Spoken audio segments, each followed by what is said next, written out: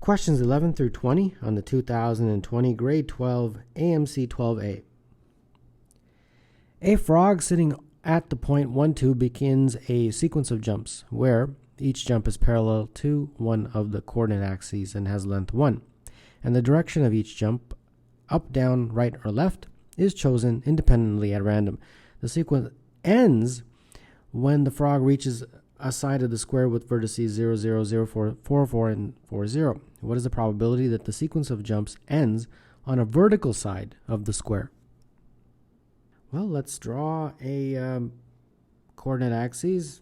Since it's a square, we can just put a square there and off we go. So we got 4 as sort of the main coordinate of this square. So here we go. Let's just draw in all the lattice points here. We got 4 by 4. Okay, so the lattice points here be here, here, here. Lattice points are basically points that have integer coordinates. And there we go. These are the points. Now they want you to have the frog end up on a vertical side of the square. So here's one vertical side of the square, and here's another vertical side of the square. And where do we start? We start at 1, 2. So we're starting here. All right. Now I did this question in 2 different ways and I got the same answer. So I hope that is the way it will be, because that's a pretty big coincidence. Because one way I wasn't sure. The one way that I just did it on the top of my head was, I said, okay, well, we're going to end up somewhere. We're going to end up eventually on a vertical side, which is I wrote in red. Or we're going to end up on a horizontal side, which is these guys, black guys, right? The black on top and the black on bottom. Now, if we end up on the vertical side, which is these red guys right here, well, how many points do I have? I have 1, 2, 3, 4, 5, 6, 7, 8, 9, 10. Any of those would be fine. It would make you end up on a vertical side. So 10. Are good. But then I do not want the ones that are on the horizontal side. So those ones are 1, 2, 3, 4, 5, 6. Okay, so those ones are no good. The total is those 8 that I want and the 6 that I don't want. So the total would be 8 plus 6. No, sorry, 10 plus 6. The 10 that I want and the 6 that I don't want. So that's 16, and therefore that is 5 over 8. Okay, but let's do it the other way, which I think is a little bit more concrete, and that is as follows. Let's begin with just one jump from our starting point. The first jump, you'd end up either here, here, here, or here, right? And what I'm going to do is draw a couple diagonals. So here's the first diagonal. And here's the second diagonal. Now, as you can see, when we made those first moves, we ended up here. So that means that of those 4, one of them immediately accomplishes our goal. So 1/4 times a probability of 1, which is 100%, that you land on a vertical side. Land on vertical. Now, that happened for 1 of the 4. That's why I put 1/4. But what about the other 3 of the 4? This one, and this one. There's 3 over 4, and the probability of that landing on a vertical side. Well, let's talk about this one first. It's right in the middle. So it has pretty much an equal probability of landing on either the vertical side or the horizontal side because of symmetry. So it has a half a probability of landing on the vertical side or on the horizontal side. This is also on a diagonal, so it's also sort of halfway between a vertical side and a horizontal side. So it also has a half probability of landing on a vertical side. And the same thing can be said true about that because that's also on a line of symmetry. So the probability that these guys land on the vertical side is a half. So therefore I have 1/4 plus 3 over 1, 8, and top and bottom, so that's going to be 2 plus 5 over 8. Now, the fact that this 5 over 8 and that 5 over 8 are the same might just be a coincidence, but in either case, this solution is definitely a more valid one, I think, and therefore number 13, the answer is B. Line L in the coordinate plane has equation 3x minus 5y plus 40 is 0. This line is rotated 45 degrees counterclockwise about the point 20, to obtain line K. What is the x-coordinate of the x-intercept of line K? Well, let's draw a graph, and let's plot this. Now, we've got 3x plus 40 is equal to 5y, so y is equal to 3 over 5x plus 8. Now I want to know, first of all, is that point on this line? When x is 20, that would be 20 divided by 5, which is 4. 4 times 3 is 12. 12 plus 8 is 20. Yes, this point is on the line. Okay, interesting. So let's just, in a very brief way, let's point this. So 20, 20, so somewhere here, I guess. And then we'll just point, when x is 0, it'll be 8. So approximately here. It doesn't have to be a work of art. We're just trying to get an approximation. So something like this, right? This is our line. Now we are rotating this line 100, how is it? 45 degrees. Okay. So I don't know exactly where, but I'm not really sure where it would be, but perhaps somewhere around here. I don't know. It doesn't really matter as long as we get an idea. So we are going this way, 45 degrees. So let's just label that 45 in there. Okay, so far so good. And let's label what we know in terms of our coordinates. This was 2020, this point up here, 2020. And then this point was, that was when x is 0, so that's just 0, 8. This point right here. And then this point, that is what we want. Okay, so that is what we're trying to find. Okay, I understand. All right, so where do I go from here? Well, I think we're going to have to use trigonometry. And therefore, I'm going to draw one line that is from 2020 all the way down to the bottom like that. And that line is perpendicular, like this. All right. And I think to use trigonometry, I'm going to obviously need to know some of these lengths. This length I already know. That's just the y-coordinate, so that's 20. But it would be helpful if I knew this length. And I think I can get that pretty easily. From here to here, well, that's just 20. So I would need to know from there to there. And that is the x-intercept. Yeah, because this is the x-axis. So it's the x-intercept of this line. So to get the x-intercept, set y equal to 0. So we got 3 over 5x plus 8 is equal to 0. So that means we have minus 8 is equal to 3x over 5. And therefore minus 40 over 3 is equal to x. So this point right here is minus 40 over 3 for the x value and 0 for the y.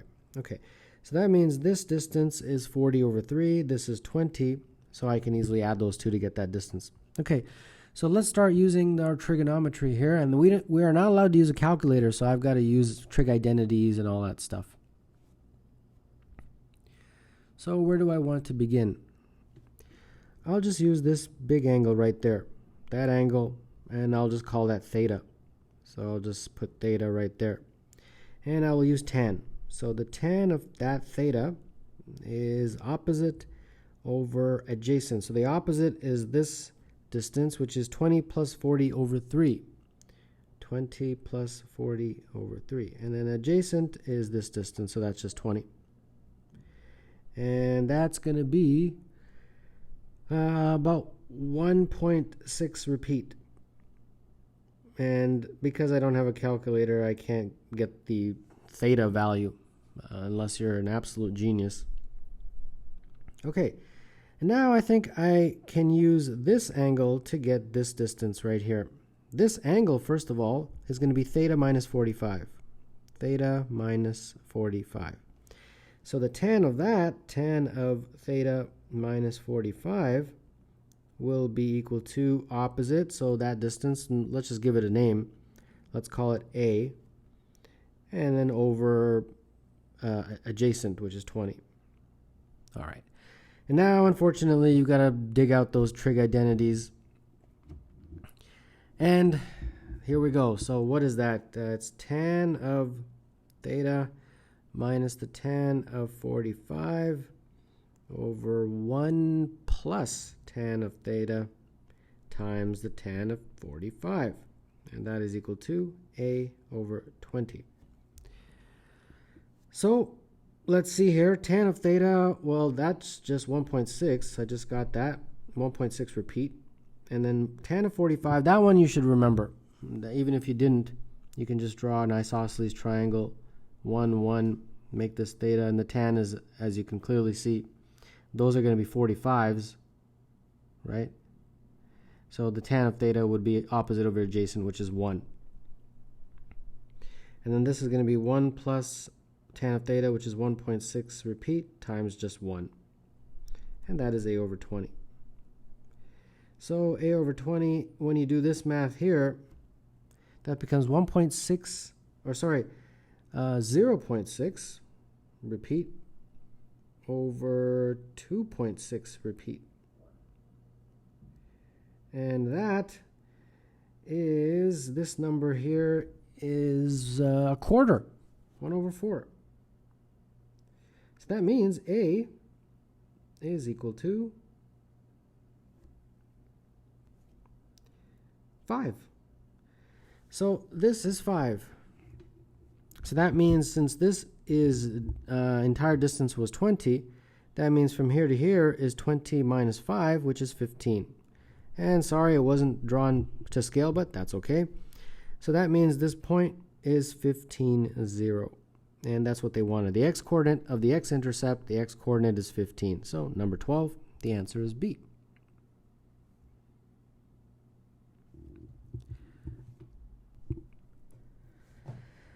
There are integers a, b, c, each greater than 1, such that this equals that. I'm not even going to attempt to say that in words.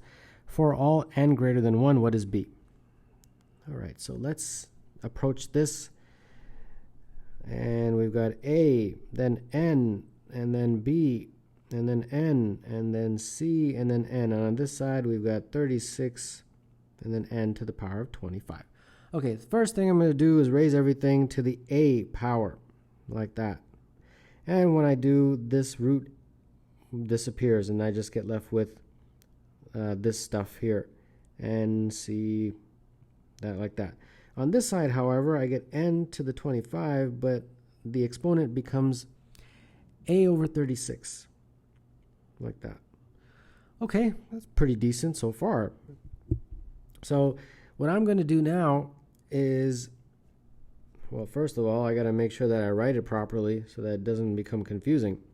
It's not n to the power of b, it's n and then times this b is part of the root. Okay, so I'm going to bring this n over and put it below. So that's going to become n to the 25, a to the over 36 over n, like that. And this is going to be the same on the left side.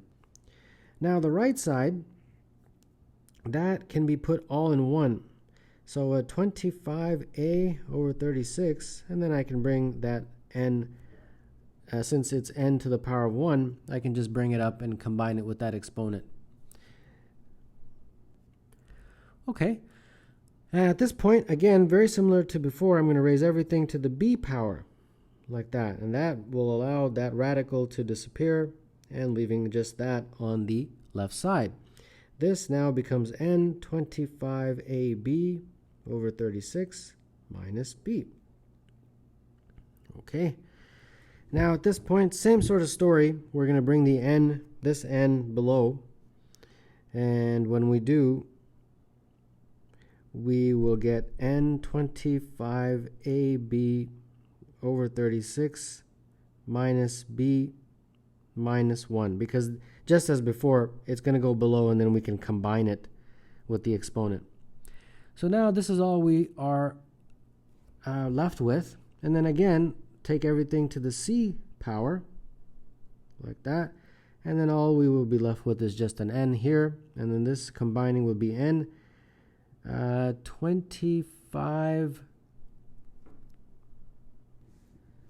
We have 25 ABC over 36 minus BC minus C. And that is equal to 1. So that basically means that 1, since the bases are the same, the exponents are the same, 25 ABC over 36 minus BC minus C. Okay. So now we have to fiddle around with this. I'm thinking that since we have to get an integer, then this has to be an integer, because these obviously are integers. And the only way that can be an integer is if ABC is equal to some multiple of 36. So let's just say it's 36 for now. And if that is the case, then we'd have 1 is equal to 25 minus BC minus C. All right, so now we have to fiddle around with this. Let's just look at the answer choices. We're starting with 2, and then 3, 4, 5, those are the values that they're saying B can be. Well, let's see, if B is 2, which is the first answer choice, then that would mean that I have 1 is equal to 25 minus 2C minus C. So that means 24 is equal to 3C, and therefore C is equal to 8. So if B is 2 and C is 8, then that means A must be equal to 36 divided by 2 times 8, which is 36 divided by 16. But A and B and C are integers, so that doesn't work. Okay, no problem. All that means is you just try the next one. Okay, so that one's out. Now let's try B equals 3. Let's see what happens. If B is 3, then we have 25 minus 3C minus C. That means 4C is equal to 24. C is equal to 6. Therefore, A would be equal to 36 divided by B times C. B is 3, C is 6. That's 36 divided by 18. A is equal to 2. There we go. We got integer values for A, B, and C. And therefore, B equals 3 is indeed the correct answer for number 13.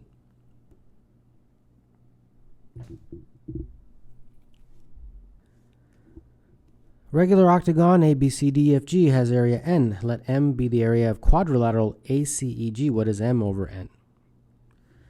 As always, when you know something that will save time, use it. The area of a regular octagon is given by a formula, and if you know that formula, it takes a lot of time saved. It creates a lot of saved time. And that formula is 2 times 1 plus root 2 times s squared, where s is the length of the side. So in our case, we don't know any of the sides. So we can just call s equal to 1, because in the end we're finding a ratio, right? So it won't really matter what we call it. So let's make it simple. So therefore this becomes just 2 plus 2 root 2. Okay, so that is actually, they're given a designated letter, so we'll just use their letter. They're calling it n. All right, so let's call it n. So very quickly we got n. Now we have to figure out m, which is the area of ACEG. So ACEG is this shape that's been created in red. And because of the symmetry of this diagram, I'm confident it is a square. So all I have to do is figure out the length of the side, and that would be good enough. Now the length of the side, let's say they're calling it S. I don't want to call it S because I've already designated S as the length of the octagon. So I'll just call it, let's just say X. X is good enough. Okay, now how do I figure out the value of X? Well, there's a few ways, but one way that kind of leaps out at me is the following. Is to first just calculate the diagonal, and then I can easily figure out X using Pythagoras. And the reason I'm going to calculate the diagonal is because when I draw a line from D to G, if you notice, I'll get a right triangle. And I can figure out those dimensions pretty quickly, and that will allow me to figure out the diagonal D. Okay, so here we go. This, that's easy. That's just 1, which is the side of the octagon. And then this from here to here, well, that takes a little bit more work, but it shouldn't be that difficult. Let's just put this side up like that. Actually, I'll just make it go to here because I don't want to make this diagram too confusing, and then put this up like that. Okay, when you put up those lines, you'll see that this is 1. It's just the side of the octagon. So the distance from here to here is also 1. So now all I have to do is figure out that distance, and I'm set. Well, that should be easy. This distance is the same as that distance. So I'll just call that A. And then this is 1. So again, using Pythagoras, I can figure out A. 1 squared is equal to A squared plus A squared. So 2A squared is equal to 1. A is therefore equal to 1/2. And therefore, A squared, that is, A is equal to 1 over root 2. And this is also A by symmetry.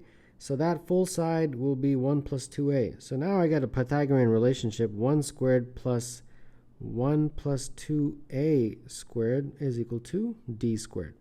Okay, so that's 1 plus, and then 2A. A is 1 over root 2 squared. Okay, so let's do this now. So we have 1 plus, 2 over root 2 is just root 2. So I can just do that real quick. And then this is going to be 1 plus 2 root 2 plus 2 is equal to D squared. And therefore D squared is equal to 4 plus 2 root 2. All right, great. Now I can figure out x, which is the side of the square. X squared plus x squared is equal to D squared. 2x squared is equal to D squared, which is 4 plus 2 root 2. Divide through by 2, and therefore x squared is equal to 2 plus root 2. And x squared represents the area of ACEG. So that is my m. And there we go. Now, final step is just getting this m over n. So m over n is 2 plus root 2 over 2 plus 2 root 2. Okay. And that's not one of the answer choices, unfortunately. And I think I know why, because they want you to rationalize the denominator. Okay, we can rationalize the denominator. So 2 minus 2 root 2, 2 minus 2 root 2.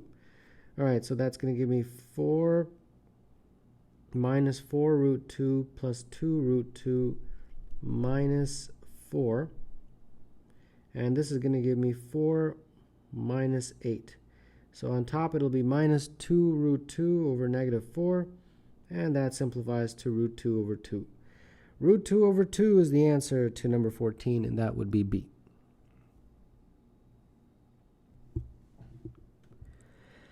In the complex plane, let A be the set of solutions to z to the power of 3 minus 8 equals 0, and let B be the set of solutions to z cubed minus 8z squared minus 8z plus 64 is equal to 0. What is the greatest distance between a point of A and a point of B? The dreaded complex numbers, which I have never mastered. One day, maybe I will. All right, so let's start with this one. Z to the power of 3 minus 8 is equal to 0. Now, these are complex numbers, so keep that in mind. And let's start off by drawing a graph. So here's a graph. Something basic should be sufficient. And for this first one, I'm going to draw a circle, and then just not to confuse it, just to illustrate complex numbers. Okay, so from this one, very quickly you can get the real root, which is just going to be 2, right? So that means that's my first root. And this is, of course, the x-axis, and this is the imaginary axis, I. Now, there's going to be 2 more equidistant from the first one. So since there's a total of 3 roots, each one is going to be what? 360 divided by 3 is 120. So the other one will be right here. That's approximately 120. and the other one will be down there. That's approximately 120. So this one, you say, well, what are the coordinates? I have no idea. Well, they made it, I hesitate to say the word easy, but they made it a little bit easier for us, because if this is 120, then that means that this is 60. So they may give you a 60, 30, 90 triangle to deal with. So that means if this is 2, since this is 2, that's got to be 2. It's just the radius of the circle. Then we can easily figure out the x and y coordinates. The x coordinate is this one, which is going to be 1, and the y coordinate is here, which is root 3. And that's directly from the fact that it's a 30, 60, 90 triangle. And the ratio of the sides of a 30, 60, 90 triangle are always 2, 1, and root 3, as I have drawn. So this root here, this guy right here, that point on the circle, is -1 plus root 3i. And very similarly, this point is -1 minus root 3i. So there we go. That is a very complete way of showing how to get those roots. Now we've got to use that one. Okay, so hopefully this will factor. Let's see here. And I don't want to walk you through that because that's painful to listen to me go through those factorizations. And I'll just write it out. Z minus 8. And because that's going to be, 8 is definitely, 64 is divisible by 8. And then that leaves me with z squared minus 8. So therefore, this factors again to z root 8 and root 8 negative positive. Yeah. Okay, so from this we can easily get the roots 8 minus root 8 and positive root 8. So just as I did with these roots, this one, and this one, and this one, let's label those ones. So 8, that's way out here somewhere. Not the best, not drawn to scale, but that's okay. Positive root 8, that's what, 2 root 2, so that's about 2.8. So about here. So positive root 8. And the negative root 8 would obviously be over here. All right, so now let's talk about what they're asking. The greatest distance between a point of A and a point of B. So the points of A are here, here, and here. And the points of B are here, here, and here. So the greatest distance between points, one point of A and one point of B, and I think looking at this, that would mean if I go from here to here, that would give me the greatest distance, or from there to there. So I think that will be my strategy. So that's going to be basically a line from that to that. And I think I can do that. I'll just call that D. I can just use Pythagoras. It's going to be that squared, which is what? Root 3, right? Yeah, root 3. Root 3 squared plus from here all the way to there. So what's that? 1 plus 8. Yeah, 1 plus 8, which is 9. So 9 squared. Okay, so D squared is 3 plus 81, which is 84. So therefore D is root 84. And what's that? 4 times 21, so 2 root 21. Number 15, the answer is D.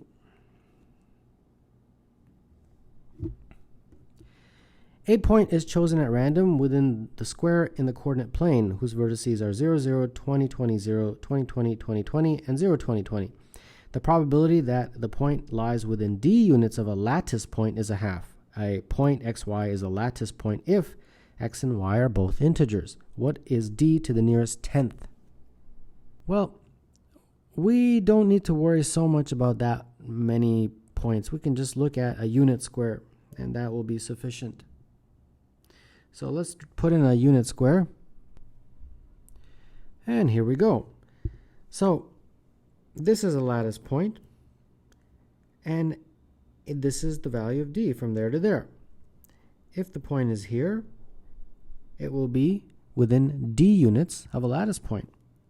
If a point is here, it will be within d units of the lattice point. And similarly, any point on that curve, which is essentially the arc of a circle, will be d units from the lattice point, because d will represent the radius of that quarter circle.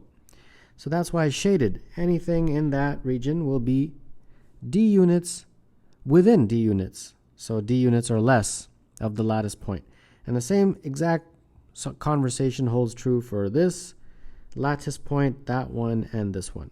So obviously, we have to just figure out the area of those shaded regions and then divide by the total area of that unit square. So, and that is got to be a half, basically.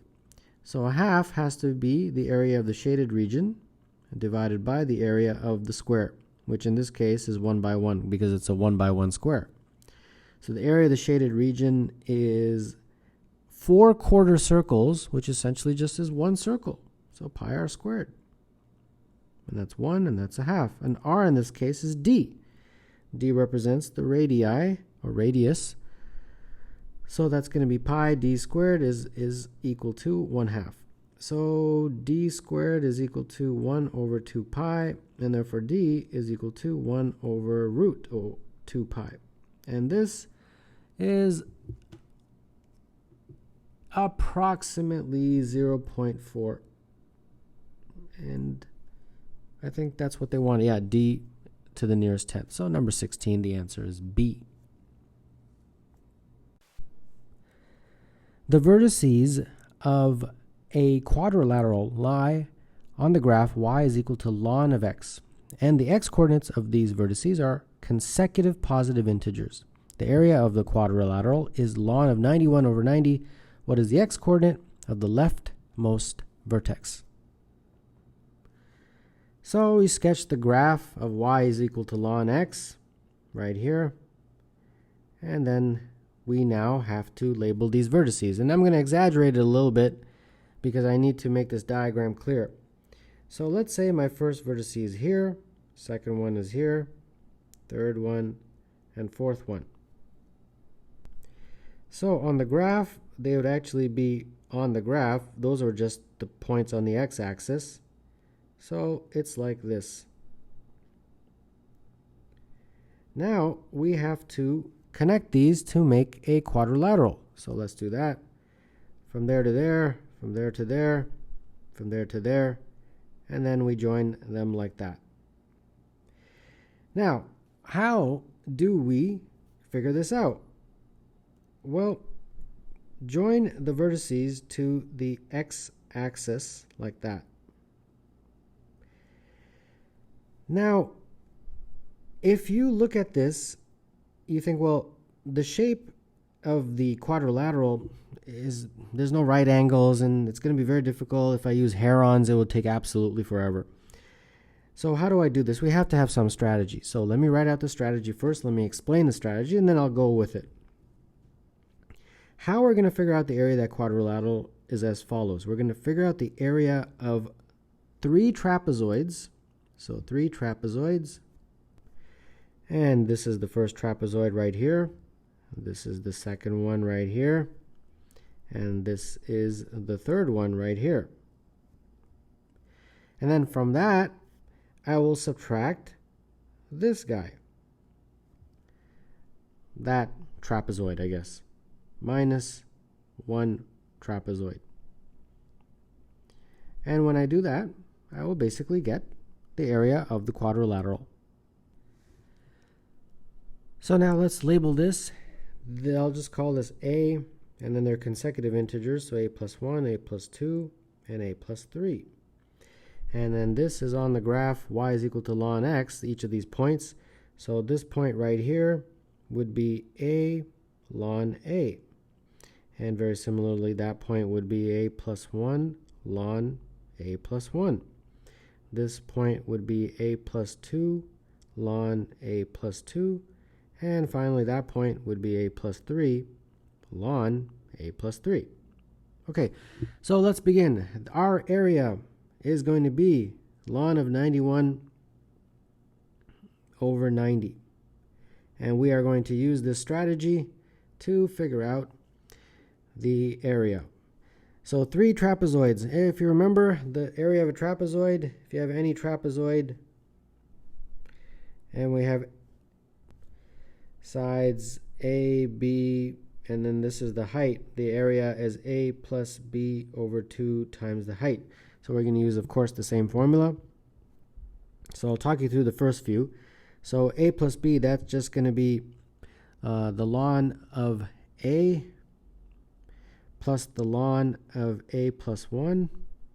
So it's this plus that. And those are represented by the y-coordinates of those points, divided by 2 times the height. The height is just 1 because those are consecutive integers, so the distance between each of those is just 1. So that makes it easy. We don't even have to put the 1 in. In a very similar way, let's figure out the next one. So we have this plus that. The first distance is just represented by the y-coordinate, which is ln of A plus 1. And the second distance is also represented by the next y-coordinate, which is A plus 2. And we have to divide by 2 and multiply by the height, but the height, of course, is just 1 because those are consecutive integers. And then we got one final trapezoid, which is, again, in a very similar way, the ln of A plus 2 plus the ln of A plus 3, and you divide that by 2.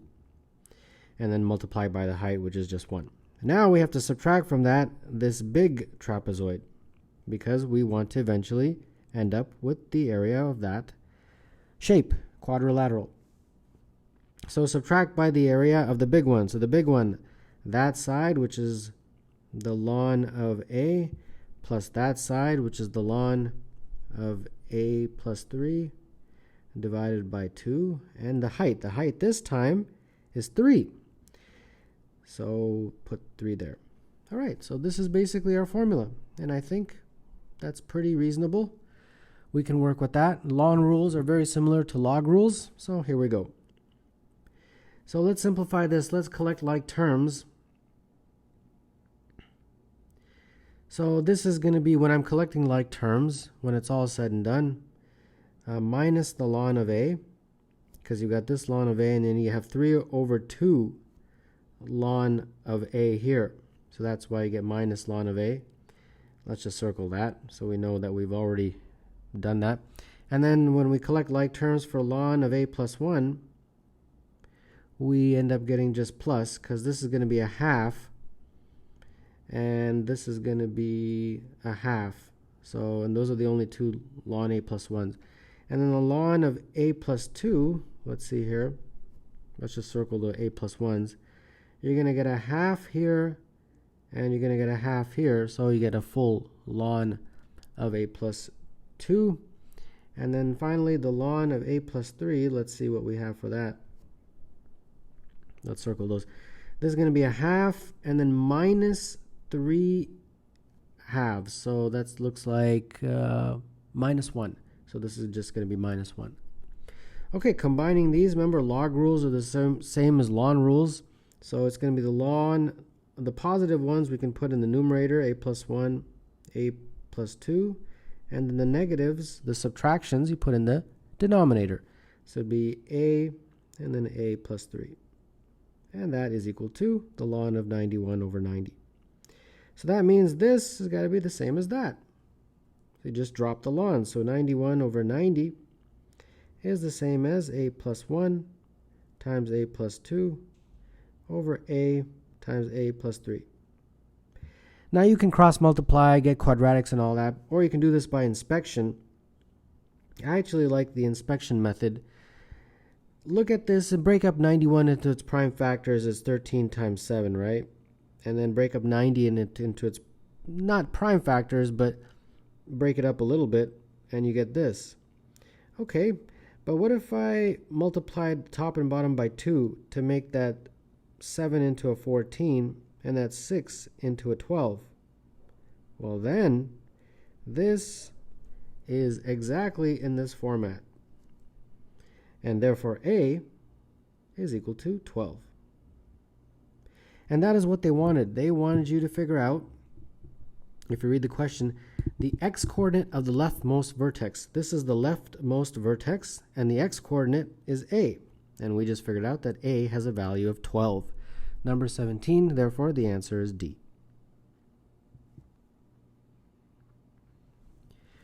Quadrilateral ABCD satisfies ABC is equal to ACD equals 90. AC is 20, CD is 30. Diagonals AC and BD intersect at point E, and AE is 5. What is the area of quadrilateral ABCD? Here is our very helpful diagram, and everything in the question stem is illustrated in this diagram. So here we go. If we want to figure out the total area, there's one section that's easy and one section that's a little bit challenging. The easy part is this triangle right here. The challenging part, of course, is that triangle. So the area, total area, I'll write it up here, will be 1/2 base times height for that big one. And that's easy. The base is 20 and the height is 30. And then we have to add to that 1/2 base times height, which is going to be this as the base and this as the height, where that height is right there, and it's obviously perpendicular to the base. And that's going to be, well, the base is AC, which is 20, and then the height is H. So as you can see, the only thing we really need to figure out is that H, and we can do this question. So far we have 300 plus 10H. Okay. And we can't eliminate any in the answer choices because it looks like they've anticipated that. All right, so let's move forward. So what I can do is, first thing is, this angle right here is going to be the same as that angle. So if this is theta, this is also going to be theta. So based on that, you can conclude that we've got a similar triangle situation, and in particular, that's triangle BFE is similar to triangle DCE. And the reason is because they have this exact same angles. See, this is a right angle, this is theta, that is a right angle, that's theta, and then the third side would be 90 minus theta. So for example, this angle in here would be 90 minus theta. So those two triangles have the same angles, so they have similar ratios of sides. And in particular, that's going to be BF over FE is the same as DC over EC. So in terms of how this is labeled, BF is H, FE is labeled as X, and DC, that we know is 30, and EC, well, EC is 15 because AE was 5. From here to here is 5. The whole thing was 20, so that means EC must be 15. So very quickly, we get H over X is equal to 2. So H is equal to 2X. Now we have another similar triangle situation, and that's the small guy, ABF. This one is similar to BCF. And BCF is this right here, BCF. They also have the same angles. And for example, if this angle in here was theta, this would be 90 minus theta. And therefore the other angles, the third angles would be 90 minus theta and theta. So they will end up having the same three angles. And you can convince yourself of that by looking at that more closely. So triangle ABF is similar to triangle BCF. And therefore BF over AF will be the same as CF over BF. Now BF we have labeled as H, so this becomes H over AF. Well, AF is going to be, since AE is 5, AF will just be 5 minus X. And then CF, that's going to be 15 plus X. And then BF is just H. So this becomes H squared is equal to 5 minus X times 15 plus X. Okay, moving right along. Now H is equal to 2X, so I can plug that in there. So that's going to be 2X squared, and let's expand this now. So we got 75 plus 5x minus 15x minus x squared. This is 4x squared, and this is minus x squared minus 10x plus 75. And therefore, if I put everything on one side, I'm going to get 5x squared plus 10x minus 75 is equal to 0. Divide through by 5, x squared plus 2x minus 15 is equal to 0. And I'm pretty sure this factors x, 5, 3, positive, negative. Yeah, so that means x is 3. It can't be negative 5 because x is a distance. And therefore h is equal to 2x, so h is equal to 6. And there we go, we got h. And that's all we needed. So we are ready to figure this out. This is just going to be 300. H was 6, so 10 times 6 is 60, so it's 300 plus 60, and that's 360. So number 20, the answer is D. There exists a unique strictly increasing sequence of non-negative integers a1 less than a2 less than ... less than ak, such that 2 to the power of 289 plus 1 over 2 to the power of 17 plus 1 is equal to 2 to the power of a1 plus 2 to the power of a2 plus ... plus 2 to the power of ak. What is k? Well, the first thing I hope you can notice is a relationship between those two numbers, and that 17 squared is actually equal to 289. So what we can do is we can let 2 to the power of 17 be some variable. We'll just call it x. And that means that 2 to the power of 17 to the power of 17 is 2 to the power of 289. So that really is just x to the power of 217 is 2 to the power of 289.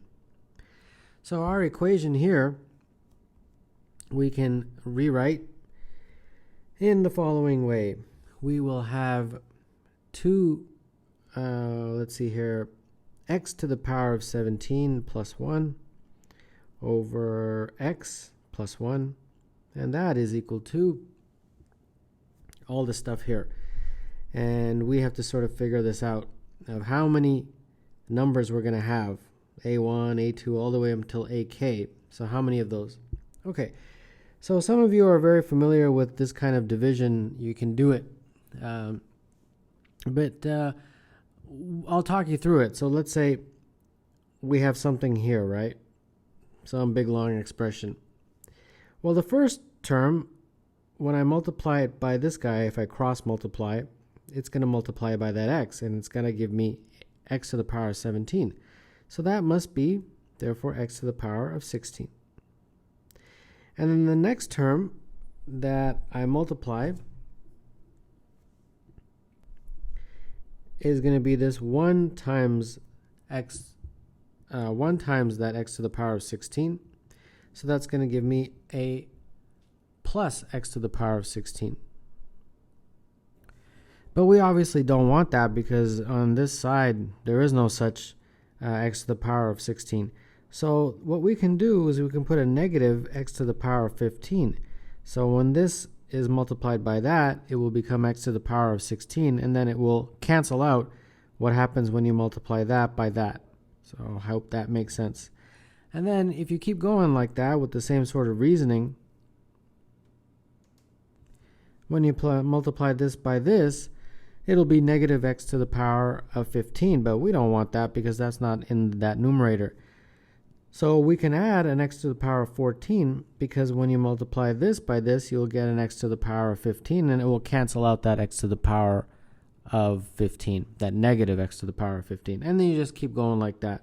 So this will be minus x to the power of 13, plus x to the power of 12, and so on, all the way down to the very last term, which will be plus 1. And if you are not convinced of that, I encourage you to maybe make a smaller example. You know, this goes all the way to 17. Make a smaller one, maybe x to the 5, and then do this process and then multiply it out, cross multiply, and see if the left side is indeed equal to the right side. Okay, so now I'm going to factor There's some obvious factorization here, x minus 1, if I factor out the x to the power of 15.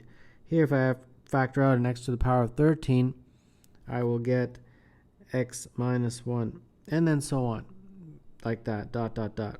And then at the very end, you will get an x, and then x to the power of 1 times x minus 1. And then there's going to be this lone plus 1 out at the very end. Don't forget about that.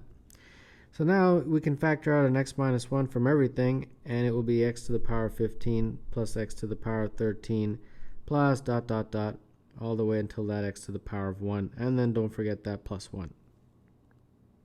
Okay. Now, let's see here. What do we do at this point? Well, now I think we are ready for that substitution. And that substitution was what we did at the very beginning, that x was 2 to the power of 17. So we got 2 to the power of 17 minus 1. And then when we put x as 2 to the power of 17, this will become 2 to the power of 255. This will become 2 to the power of 221. And then so on. You're going to have it all the way down to 2 to the power of 17 plus 1. Okay. Now, we are ready to talk about this next step. This right here, that I just want you to figure out how many terms are there. And that's not hard. This was basically 15, 13, 11, 9, 7, 5, 3, 1. So that's 8 terms. So put that there, 8 terms. Now I want to figure out how many terms is that. Well, right now, it's not really very obvious because I want to know how many of these powers of 2. Well, I'm going to have to probably put it in a different format to figure that out because right now it's a negative and I don't like that. I've got to have it in a positive. I've got to have all positive terms. So to avoid confusion, I'll do it on the side here, 2 to the power of 17 minus 1. And I want it to be sum. I want it to be plus, plus, plus like that. Okay, well, that, let's say, is n. So that means 2 to the power of 17 is equal to n plus 1, right? Now, I still don't know what n is. Well, if we make, say, n equal to a string of powers of 2, then that will help. Can I do that, though? Well, let's see. I have to add another 1 here because powers of 2, if I'm going to start with 2, I have to have at least another 1. So that's going to give me 2. And then if I add a 2, that gives me 4. That's 2 to the power of 2. If I add a 4, that now gives me 8, which is 2 to the power of 3. If I add an 8, that now gives me 16, which is 2 to the power of 4. If I add a 16, now that gives me 32, is 2 to the power of 5. And I keep doing that until I get to essentially 2 to the power of 16. And all of these, when you add them all up, equal 2 to the power of 17.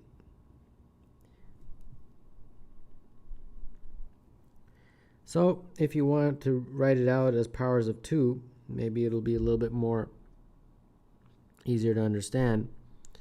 So this is 2 to the power of 2. This is 2 to the power of 3. This is 2 to the power of 4. This sum is 4, which is 2 to the power of 2. This sum is 8, which is 2 to the power of 3. This sum is 16, which is 2 to the power of 4. This sum is 32, which is 2 to the power of 5. And with that, this whole sum, whatever that number is, will be 2 to the power of 17. So I hope you get that.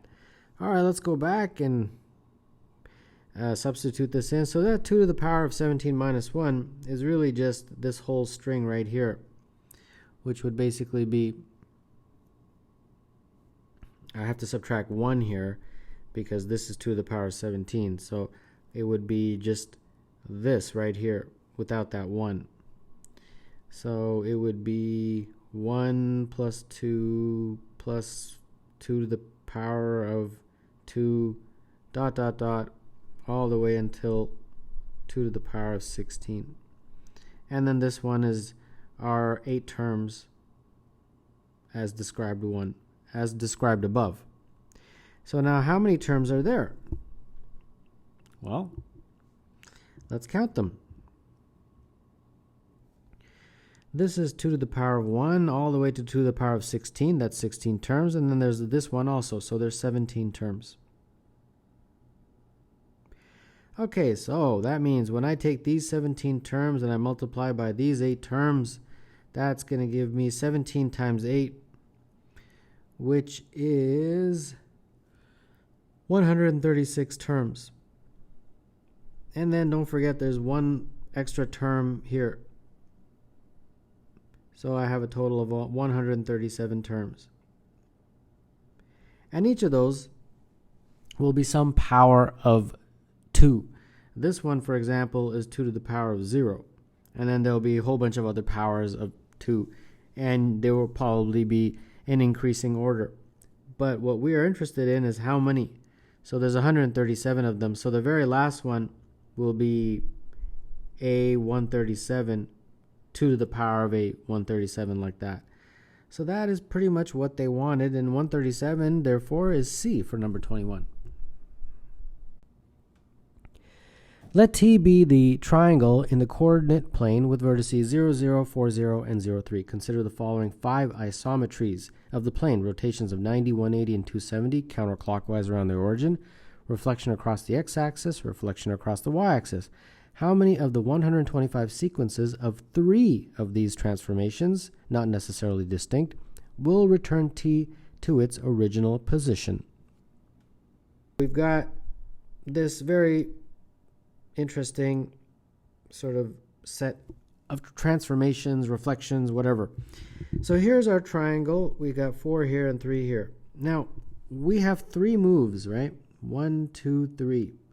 And for each move, we have 5 choices. So 5, 5, 5, and therefore we multiply and we get 125. And that's exactly what they told me in the question, 125 sequences. But of these 125, only some of them would bring T back to its original position. That's why the answer choices are so much less than 125. Okay, this is one of those rare gems where part of the answer is given to you in the question. For example, a 180-degree rotation followed by a reflection across the x-axis followed by a reflection in the y-axis will return T to its original position. Okay, so I'm just going to call these 90, 180, 270, x-axis, y-axis, those moves. So the question already tells me that a 180 followed by an x-axis followed by a y-axis is one of the answers. Okay? You think, okay, well, that's just 1. That's not a big deal. They only give you 1. You're getting all excited. But it's not 1. It's 6. Because there's 6 permutations of this. And if you really want, I can write them out. Right? You can have the y-axis second and then the x-axis third. Or you can have the x-axis first and then the 180 and the y, and then the y and the 180. Or you can have the y first and then the 180 and the x, or the x and the 180. So look at that. As you can see, 6 permutations. And that is pretty good progress.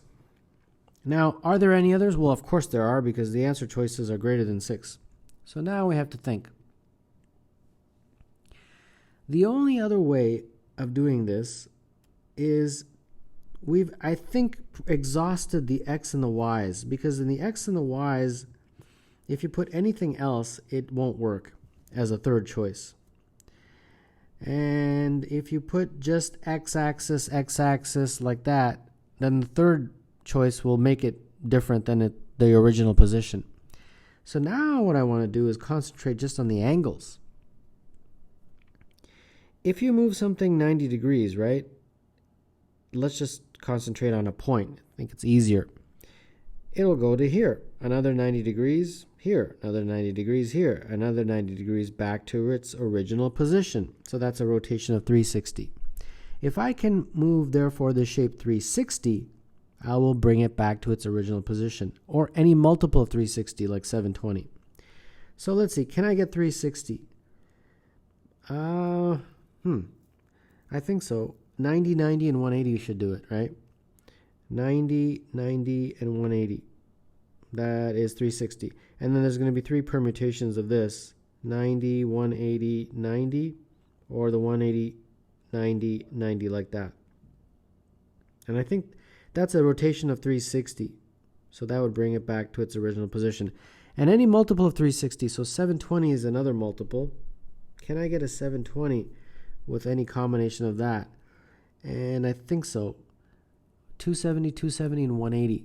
540. Yeah, that's 540 would plus 180. So it would be 270, 270, and 180. And then, of course, there's going to be 3 permutations of this. So 180 could go second, or 180 could go first. And then the 270s are the other 2 moves. And I think this is it. This is the full. This exhausts all our possibilities. So we got 6 here, 3 and 3. That's 12. Therefore, number 23, the answer is A.